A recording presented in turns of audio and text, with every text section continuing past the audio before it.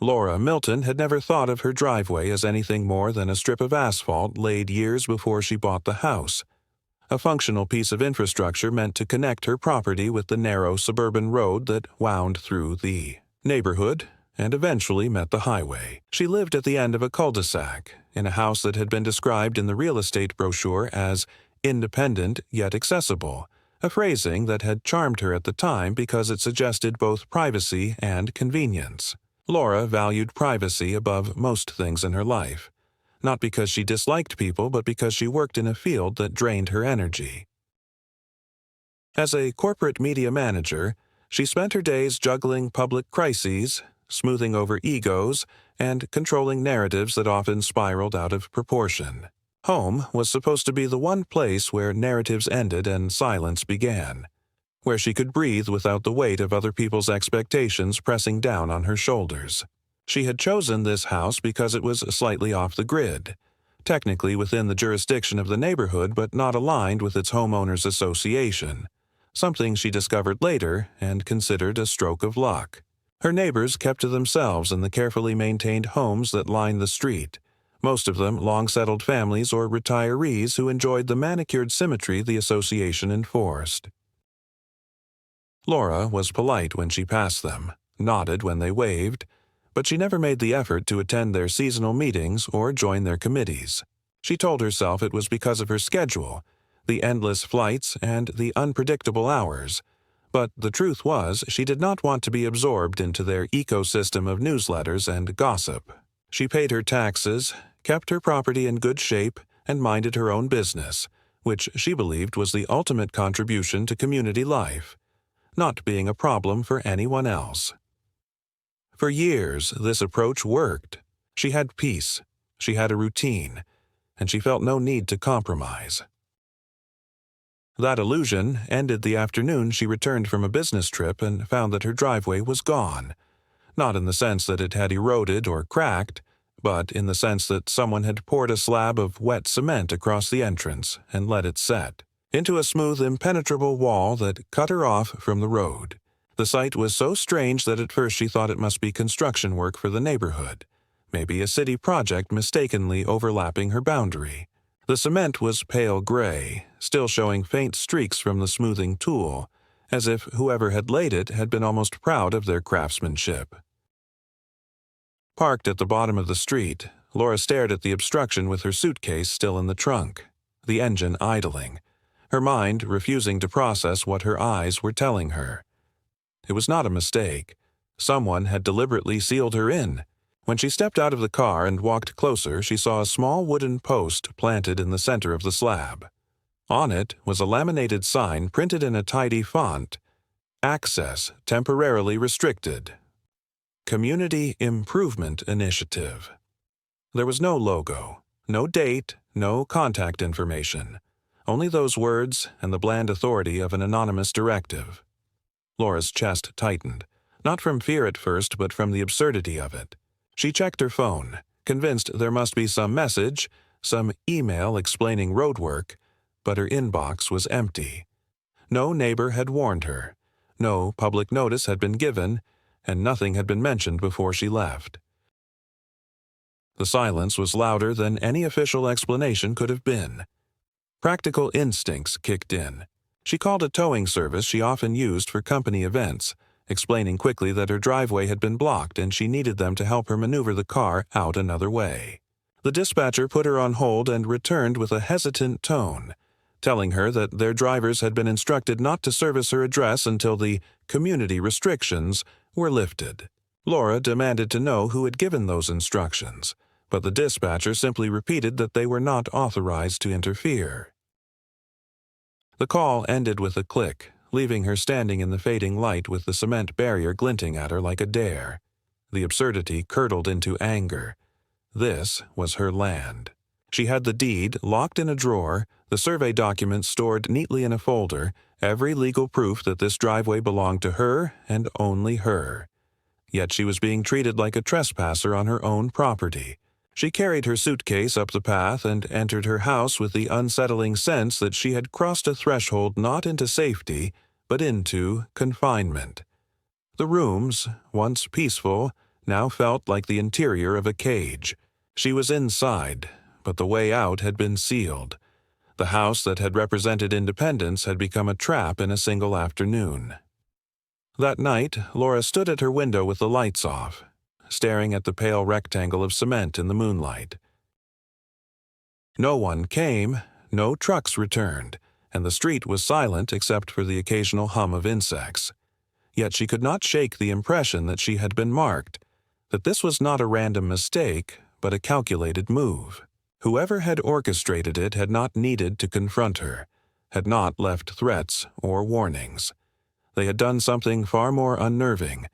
They had erased her ability to move freely without saying a word. That silence was the true weapon, and it was only the beginning. The next morning, Laura woke with a pounding headache, not from lack of sleep, but from the pressure of unresolved thoughts looping endlessly in her mind.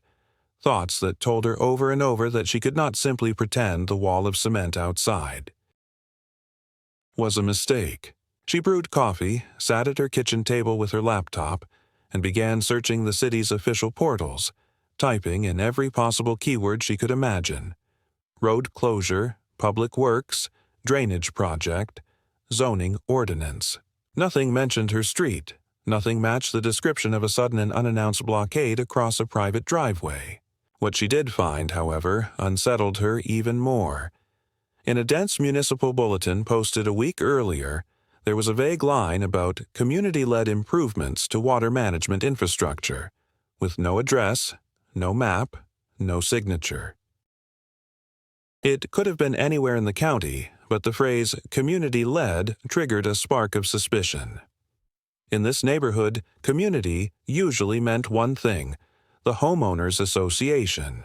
Laura had always kept her distance from them, responding politely when they left flyers at her door, declining invitations to seasonal meetings, ignoring passive-aggressive newsletters that talked about collective spirit and shared responsibility. She had bought her property specifically because it was carved out of the association's jurisdiction years ago, one of the few remaining parcels left independent when the subdivision expanded. At the time, she thought it was a blessing, a loophole that allowed her to live with the privacy she valued. Now, staring at that cryptic bulletin, she wondered if her independence had placed her on a list of targets rather than a list of exceptions. By mid-morning, she decided to go directly to the association's office, a squat beige building tucked behind a strip mall, decorated with motivational posters about neighborly harmony. The receptionist looked up with a tired smile that collapsed the moment Laura explained why she was there. "Your access has been restricted due to the improvement project," the woman recited, as if reading from a script. Laura demanded clarification. What project? Whose authority? Why her driveway? And the receptionist only repeated the phrase. After several minutes of pressing, she was told she could speak to a board member.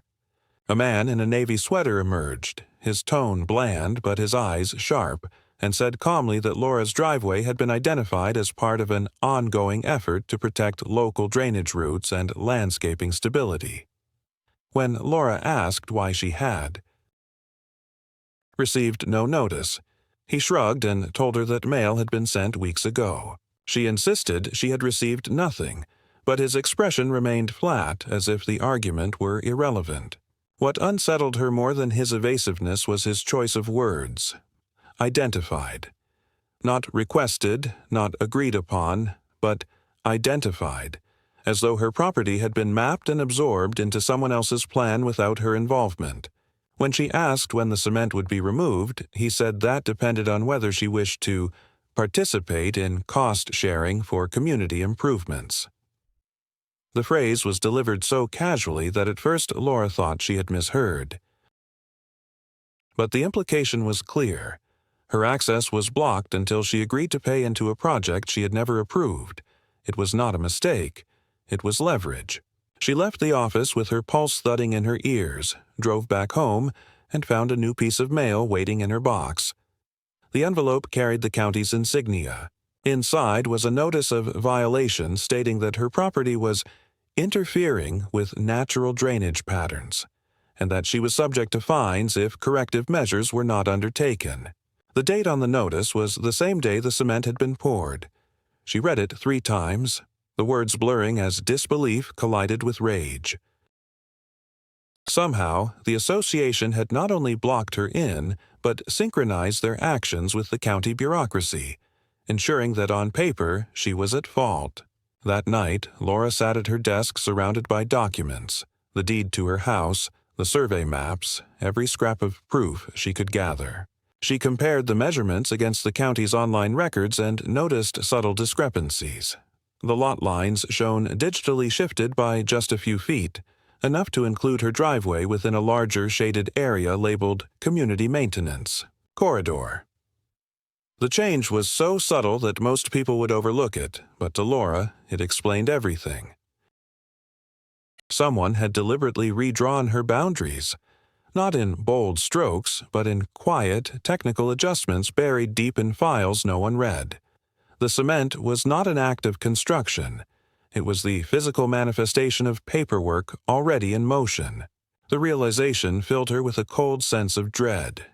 She was not simply facing a dispute over neighborhood aesthetics or fees.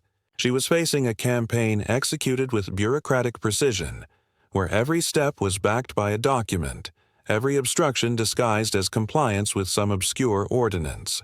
The association had power not because of brute force, but because of its ability to manipulate systems designed to appear neutral. They did not need to threaten her directly.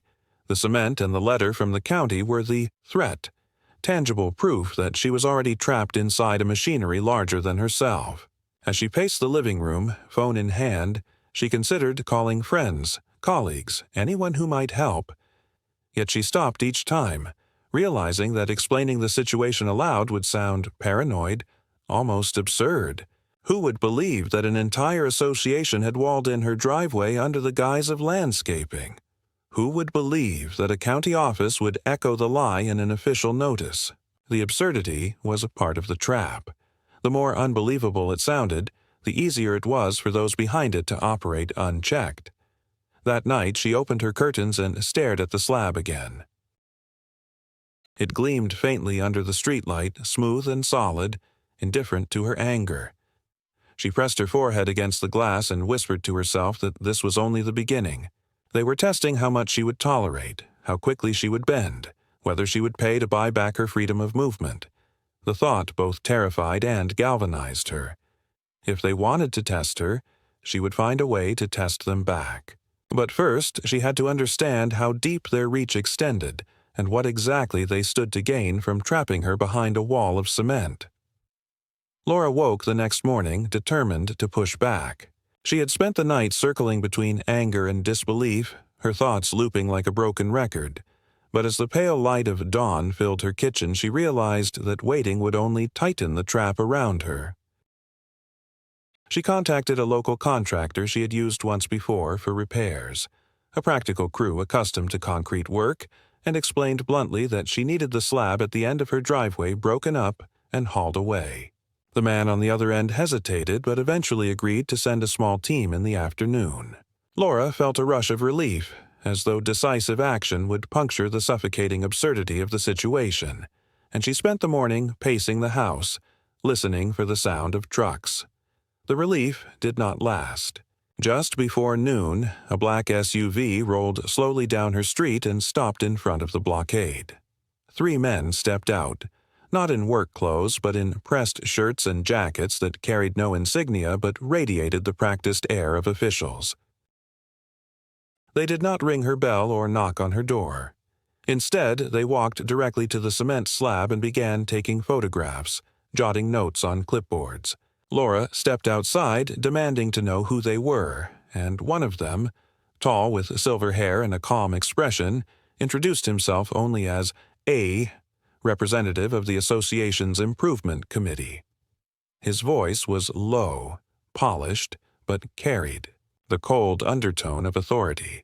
He informed her that any attempt to remove the cement without approval would be considered a violation of community regulations and could result in legal consequences. Laura snapped back that the driveway was hers, the land documented in her deed, and no committee had the right to alter it. The man listened without visible reaction, then replied with words that chilled her more than outright threats could have. "Your property is subject to revised ordinances, Miss Milton.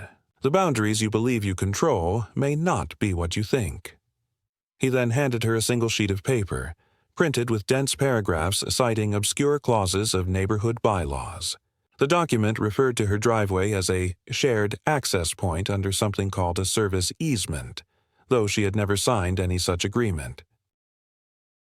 When she pointed out that she had never been a member of the association, the man allowed himself a faint smile. "Membership is not the only path to obligation," he said before turning back to supervise his companions, who continued measuring the width of the slab. As the SUV finally pulled away, Laura noticed something new glinting from a tree near the edge of her yard. A small black camera, angled discreetly toward her driveway, had been fixed to a branch with industrial clamps. She had not seen it before, and its appearance after the visit was no coincidence. She dragged a ladder from her garage, climbed up, and confirmed her suspicion. The camera was live, with a tiny green light pulsing on the side. She yanked it down, heart hammering, but within an hour another car idled near her property, and when it left, she found a second device strapped to a utility pole. The message was clear. They were not only blocking her but watching her every move. When the contractor finally arrived later that afternoon, two men in dusty jeans and work boots climbed from their truck, but before they could even unload their tools, another vehicle pulled up, a county inspection van. A woman stepped out wearing a badge clipped to her belt and announced that work could not proceed without a clearance permit. Laura tried to argue that no such permit was necessary to remove an obstruction from her own land, but the inspector simply repeated that pending claims of easement prevented any action. The contractors, looking nervous, refused to continue and left her standing by the unbroken slab as the van disappeared down the road. That evening, Laura walked the perimeter of her property, searching for any other signs of intrusion, and noticed that the back gate leading into her small wooded strip had been chained shut with a lock she had not installed. A bright orange tag dangled from it, stamped with the phrase, "Do not tamper, subject to review." The absurdity of the situation should have been laughable, but the calculated thoroughness made her stomach clench. Each day added a new restriction, a new sign that her independence was being erased piece by piece. Inside, she tried to call the county office again, this time demanding to speak to someone higher up. After 30 minutes of transfers, she was connected to a man whose voice was smooth, rehearsed, and unyielding. He told her the association had filed notices identifying her driveway as a part of a community corridor adjustment, language that sounded like nonsense yet carried the weight of official approval. When she asked for copies of the documents, he claimed they had already been delivered, perhaps misplaced on her end.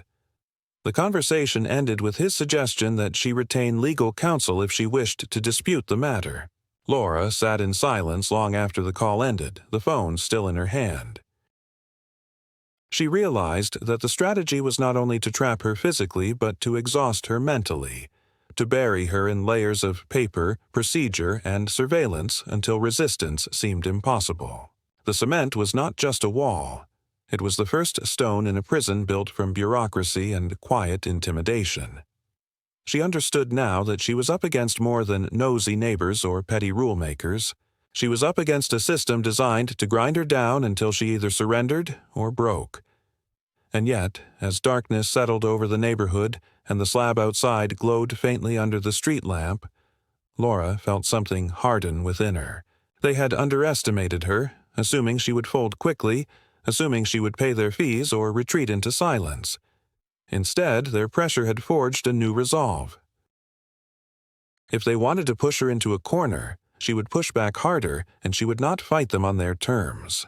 She would find her own way to unravel the net they had thrown around her, even if it meant confronting the machinery of authority that stood behind the association's smug facade. Laura began to realize that if she waited for help from officials or trusted that the system would eventually acknowledge the absurdity of her situation, she would be waiting forever. The association and whoever supported them thrived on silence and delay. and if she remained passive, they would quietly cement her out of existence, literally and legally, until there was nothing left to contest. She decided the only option was to dig through every record she could find, to build her own understanding of what had been done to her property and why. For days, she worked like an investigator rather than a homeowner, pulling dusty folders from her file cabinet, combing through scanned PDFs of real estate contracts, mortgage agreements, and old municipal notices saved in her email. Each night she spread them across her dining table, the neat stacks transforming into chaotic towers of paper that seemed to multiply as she searched. She was not trained in law, but she had a sharp eye for inconsistencies after years of editing corporate narratives, and she began to see patterns in the bureaucratic language that most people would skim without noticing. One night she found the first clue, a zoning adjustment map filed by the county 2 years earlier. On the surface, it looked routine, just one of dozens of charts outlining corridor alignments for community enhancements. But as Laura traced the faint red lines across the scanned page, she realized that one line cut directly through the back of her property, where her driveway began. According to this map, her driveway was not her driveway at all. It was categorized as part of a maintenance corridor intended for community access. The absurdity of it was almost comical, yet the detail was chilling, because it meant that somewhere, long before the cement was poured, her property had already been redrawn on paper to suit someone else's plan. This discovery drove her deeper. She scoured property tax documents, and sure enough, she saw that her annual assessment listed her land as slightly smaller than what was recorded in her deed, by just enough to exclude the driveway. It had been subtle, hidden in the maze of numbers, but the implication was enormous. Her land was being shaved down on paper, fraction by fraction, until her rights eroded without her ever being directly notified. She printed everything, covering her living room floor with overlapping sheets like puzzle pieces, staring at the altered boundaries that someone had crafted deliberately. As she pieced the documents together, Laura started to see the bigger picture. Her property was not just an inconvenient strip of land at the end of a cul-de-sac. It was a potential link in a corridor stretching between two newer developments being built just beyond her neighborhood. If her driveway ceased to exist as private property, it could become the missing connection tying those developments together, an access road disguised as a maintenance lane. Suddenly, the cement made sense, not as punishment for non-membership in the association, but as part of a calculated scheme to absorb her land into a broader network of control and profit. They wanted her driveway because it was the keystone of their expansion, and they expected her either to submit or to crumble under the weight of paperwork until she had no fight left. The realization ignited both fear and determination. She decided to challenge the bureaucracy head-on by filing her own petition. Using her background in media management, she crafted a meticulously worded request to the county's planning division, demanding clarification on her property boundaries and citing her original deed as evidence. She argued that the reclassification of her driveway as a community corridor was unlawful and had occurred without her knowledge or consent. She filed it online late one evening, expecting weeks of silence.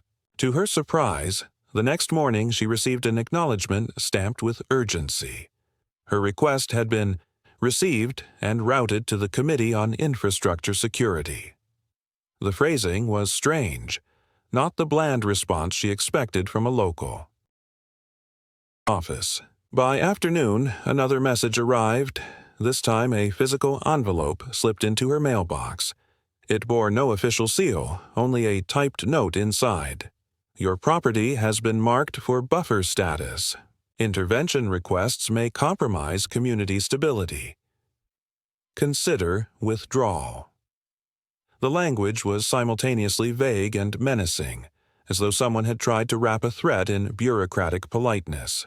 Laura read the note several times, her hands trembling, before crumpling it into her trash.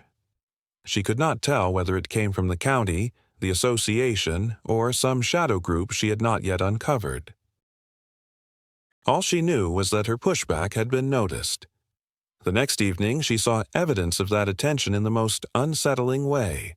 At dusk, she walked outside to take a breath of cool air and noticed that the cement slab at the end of her driveway now bore new markings.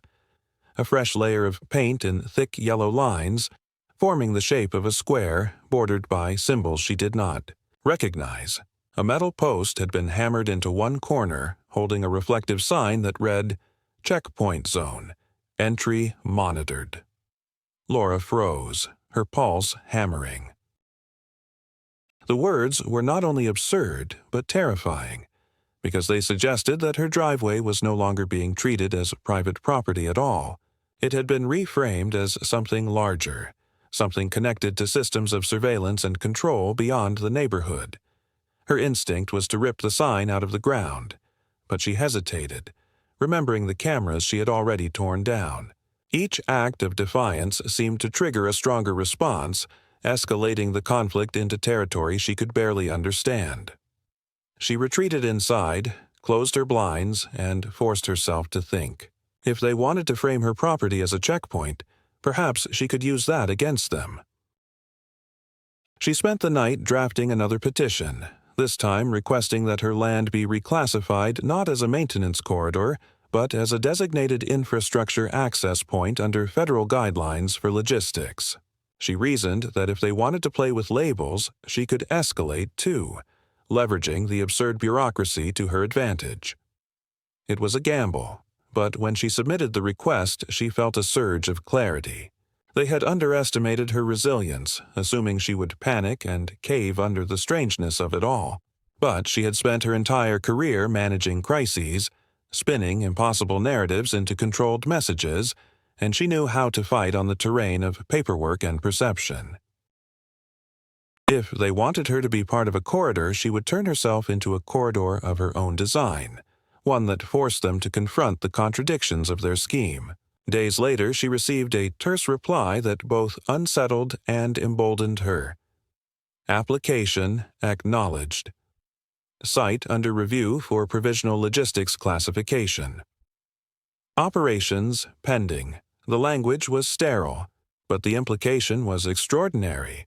In trying to box her in, they had given her an opening to redefine the very space they sought to steal. For the first time since the cement had been poured, Laura felt that she was not merely reacting to their pressure but actively reshaping the narrative.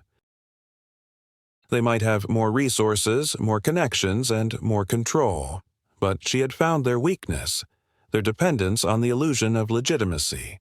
And if she learned to bend that illusion in her favor, she could make the absurdity work for her instead of against her.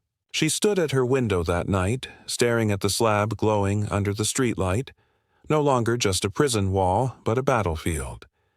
It was not freedom yet, but it was a step toward reclaiming power. She whispered to herself that the war had only just reached its midpoint, and from here the fight would no longer be about survival alone. It would be about turning the weight of the system back on those who had built it, until they were the ones forced to retreat.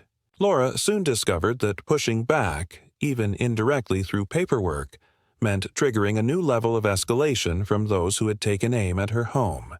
For several days, nothing happened, and she allowed herself to believe that her petition for federal logistics classification had either confused the bureaucracy into silence or frightened the association enough to stall their campaign. The cement block remained, but the strange yellow lines faded slightly under the rain, and the checkpoint sign leaned at an angle as though neglected. It gave her a fleeting sense of reprieve, like standing in the eye of a storm. But that stillness was deceptive. By the end of the week, the storm returned, heavier than before. One morning, Laura opened her curtains and froze. The cement slab had been resurfaced overnight, smoothed again as if freshly poured, and now embedded with a set of metallic strips that glimmered faintly in the sunlight. At first, she thought they were decorative, perhaps reflective safety measures, until she realized they were not decorative at all. They were sensors, small embedded devices flush with the concrete, wired together beneath the surface. Next to them, a second sign had been posted, this one far more official-looking: Zone under Provisional Federal Review. unauthorized removal subject to penalty. The implication was staggering.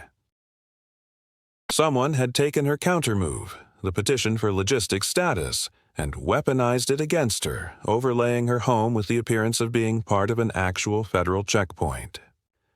The absurdity had turned on itself, and now her driveway carried the weight of authority she had never intended. Later that afternoon, she heard the low rumble of heavy tires and stepped outside just in time to see a convoy of 2 unmarked vans slowing near her property. They did not stop, but as they passed, she noticed dark-tinted windows and the faint silhouettes of men sitting rigid inside.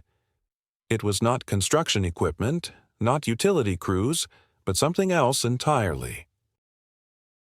The message was unspoken but clear. The road in front of her home was now under observation, and she had no control over who appeared there or why. Her phone rang within the hour. The voice on the other end introduced himself as a liaison from the county's infrastructure office, though he provided no surname, only a first name that sounded almost rehearsed. He told her calmly that her request for provisional logistics classification had been noted, and while it remained under consideration, the property would in the meantime be treated as a sensitive site. Laura tried to interrupt, tried to explain that she had filed the petition as a defensive maneuver, not as an actual request to host any form of checkpoint, but the voice spoke over her with bureaucratic detachment. Sensitive sites are monitored for the safety of all residents. Cooperation is advised. Interference will complicate your case, and then the line went dead. The pressure did not remain confined to paper and signs. Neighbors who had once ignored her now stared openly as she walked past, their expressions tinged not with sympathy, but with unease. One evening, as she carried groceries from her car, she noticed 2 families lingering near their driveways, whispering and glancing toward her house. When she locked eyes with one of the men, he gave her a tight nod that felt less like acknowledgement and more like warning. By the next morning, a flyer had appeared on her doorstep, unsigned but clearly from the association. Your property's reclassification is endangering community security. Compliance will restore harmony. It was absurd, yet its tone carried the weight of social ostracism that cut deeper than official notices ever could. Determined not to fold, Laura installed her own measures. She positioned discreet cameras along her fence line, not to publicize her struggle but to record evidence in case the intrusions escalated. She kept the feeds private, checking them nightly, noting the subtle but undeniable patterns of cars idling near her driveway, unfamiliar figures walking past with too much interest in her gate, and once even a man crouching briefly by the edge of her property before vanishing into the shadows. Each recording deepened her conviction that this was no longer a simple neighborhood dispute but a calculated effort to corner her, to break her resolve until she ceded control. What unsettled her most was the sense that the association was no longer acting alone. The language of the signs, the appearance of sensors, the calls from nameless liaisons, all of it suggested a collaboration between petty local enforcers and something larger, a bureaucracy eager to exploit loopholes for reasons she could not yet see.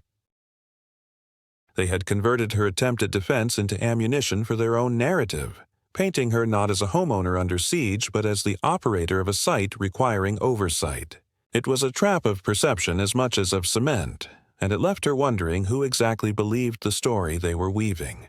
One night she stood in her darkened living room, watching through a slit in her curtains as headlights swept slowly across the cement blockade. The car lingered longer than necessary before rolling away, and in that moment Laura felt the weight of her isolation more heavily than ever. Yet beneath the fear, a new determination stirred. They wanted to erase her agency by turning her property into a prop in their scheme, but she had glimpsed the flaw in their approach. Their need to cloak every move in legitimacy, to frame everything in the language of regulation and security. If she could push that logic further, twist it in directions they had not anticipated, she might still find a way to turn the absurdity back against them. She whispered to herself that this was no longer just a fight for her driveway, but for her right to define the space she lived in, the boundaries of her own existence. The cement, the signs, the surveillance, they were weapons of control. But control, built on illusion, was fragile, and if she learned where to press, the illusion might shatter. The escalation had cornered her, but it had also clarified her path. The next move would have to be hers, and it would have to strike deeper than paperwork or protest. Laura understood that the struggle could not continue indefinitely as a quiet war of notices and painted signs, because every day the absurdity grew heavier, mutating into something that pressed on her sanity as much as on her freedom of movement. And if she allowed it to drag on without a decisive turn, she would be consumed. The moment for confrontation arrived not because she sought it, but because the association, emboldened by her defiance, finally pushed their scheme into the open. One afternoon she found a thick envelope taped to her front door, bearing the emblem of the county court. Inside was a summons. The Homeowners Association had filed a civil complaint accusing her of unlawful obstruction, claiming that she had misused regulatory procedures to interfere with community safety infrastructure. The irony made her laugh at, first, a bitter sound that echoed through her empty kitchen, because the very people who had poured cement across her driveway now dared to accuse her of obstruction. But as she read deeper into the legal jargon, her laughter faded into unease. They had assembled a stack of fabricated exhibits, maps redrawn to exclude her driveway, reports declaring her land non-compliant, even statements attributed to neighbors alleging that her resistance endangered them. It was a script, carefully rehearsed, designed to paint her as the aggressor in a story where she was the victim. Rather than retreat, Laura decided this was the moment to present everything she had uncovered, not just the documents, but the broader truth of how her land had been twisted into a pawn in a larger design. She hired a property attorney who had once handled zoning disputes against industrial developers, a man seasoned enough to recognize the fingerprints of manipulation. In the weeks before the hearing, she and the attorney compiled every record she had collected: the original deed, the discrepancies in the tax rolls, the zoning map showing the red line carved across her driveway, and, most damning of all, the anonymous note declaring her property a buffer zone. They built the case not merely as a defense but as an exposure of a scheme. The attorney cautioned her that judges disliked theatrics, that she must rely on facts rather than outrage, but Laura knew the facts themselves were outrageous enough to break through the veneer of procedure.